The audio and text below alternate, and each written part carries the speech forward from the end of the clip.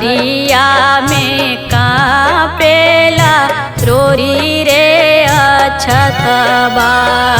थरिया में कापेला रोरी रे अछतबा।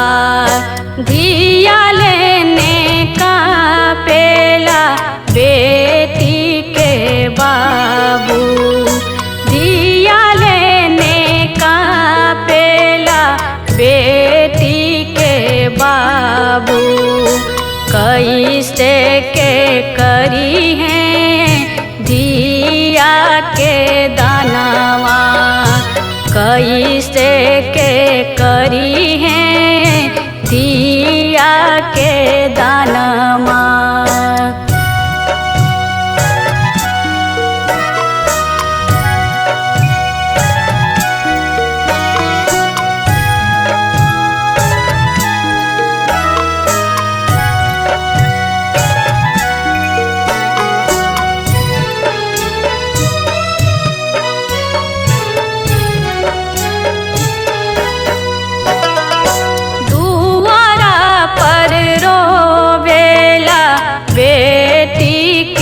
दादा दुआरा पर रोवेला बेटी के दादा। दादी रोवेली छतिया फारी। दादी रोवेली छतिया फारी। बेटी के बाबू मारवा में रोवेला बेटी के बाबू। मैया रोवेली छतिया फारी। मैया रोवेली छतिया फारी।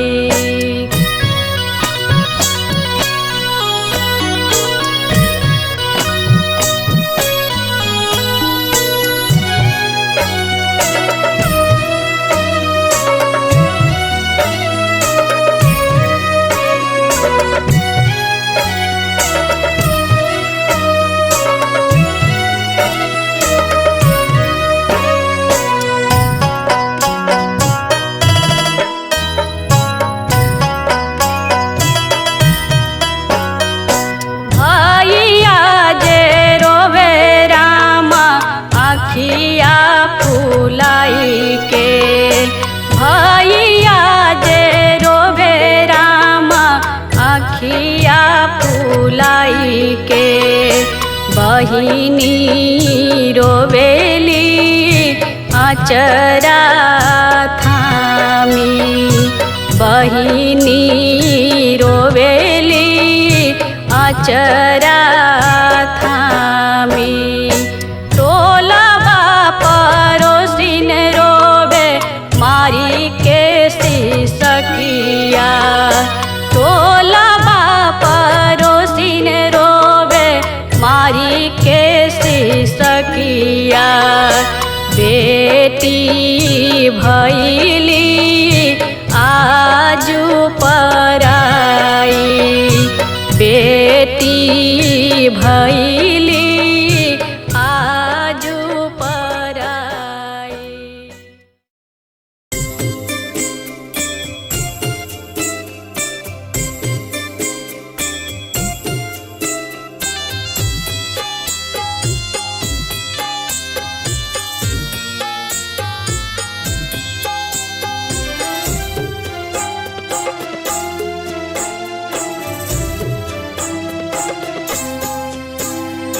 सीता के सकल देखी झखतिन जान करीसी।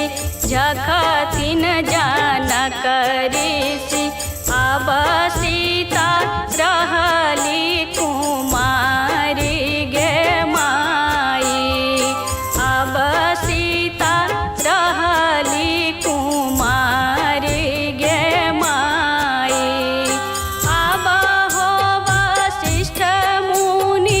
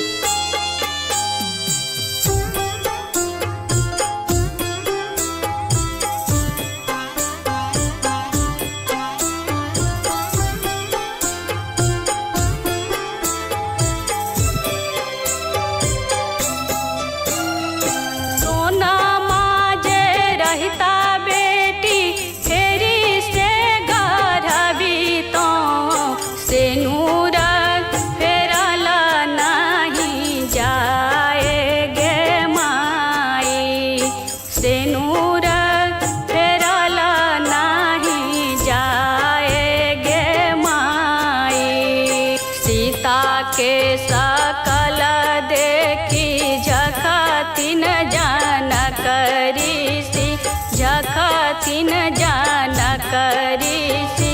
अब सीता रहली कुमारी गे माई, अब सीता रहली कुमारी गे माई।